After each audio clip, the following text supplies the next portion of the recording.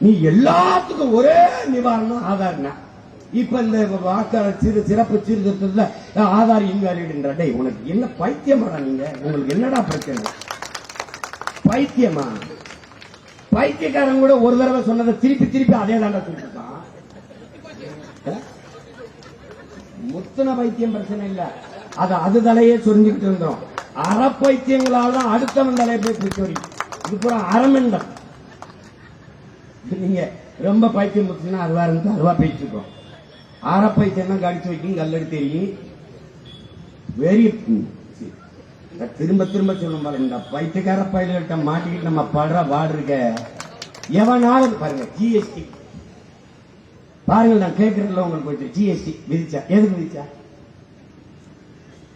திருப்பி 200 பொருளுக்கு ஜிஎஸ்டி வரி குறைப்பு. ஏன் குறைக்கிற? வேற வேலை இல்லை என்ன உனக்கு?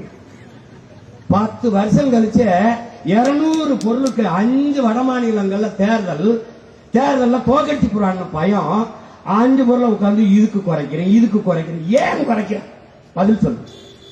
ஏன்னா வரி சுமையான வரியை என்ன இதுக்கு விதிச்ச? பதில்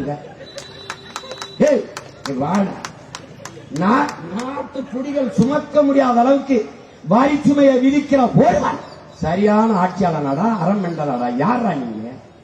யாரு? பணம் செல்லாது. பணம் செல்லாதுன்னா என்ன ஆயிரும்? ஊழல் எங்க ஒழிஞ்சிடும். அப்ப என்ன இதுக்கு ஒவ்வொரு வீட்லயும் இடி ரைடு, இன்கம் டாக்ஸ் ரைடு எதுக்கு வருது? இந்த ஊழல் ஒழிஞ்சிடும், அங்க ஒழிஞ்சிரும். எங்க எதுக்கு ரைடு போடுற? பணம் செல்லாது, தீவிரவாதம் ஒழிஞ்சிடும். அப்ப புல்வாமா, பகல்காம், நேற்று டெல்லியில கார்ல குண்டு பிடிச்சுக்கோங்க. அதுல என்ன தீவிரவாதம் இல்லது? அது பயங்கரவாதம் இல்ல. அப்ப என்ன பக்கவாதம், புரண்டு வராம என்னடா பிரச்சனை? என்னதான் உங்க பிரச்சனை? எல்லாத்தையும் சகித்துக் கொள்கிற மக்கள். இங்க இருக்கிற பிரச்சனை என்ன? வறுமைக்கு ஒரு அறியாமை. வறுமைக்கு ஒரு குழந்தை பிறக்குது, அது அறியாமைக்கு ஒரு குழந்தை பிறக்குது, மறதி. இந்த மூணும் இந்த அரசியல் தலைவர்களுக்கு முதலீடாயிருக்கு. நேற்று ஒண்ணு பேசுறேன், இது எதுக்குப்பா போட்டா? கேட்கலையே. இது எதுக்கு குறைக்கிற? கேட்கவே இல்லை. இப்ப எதுக்குப்பா இந்த அரசு உதவி பெறும் கல்லூரியை தனியார் பல்கலைக்கழகமா ஏன் மாத்திர? கேட்கல. ஏன்னா அவனுக்கு பொழுது போகல, மாத்தல. இப்ப நம்ம போராட வேண்டியது இருக்கு.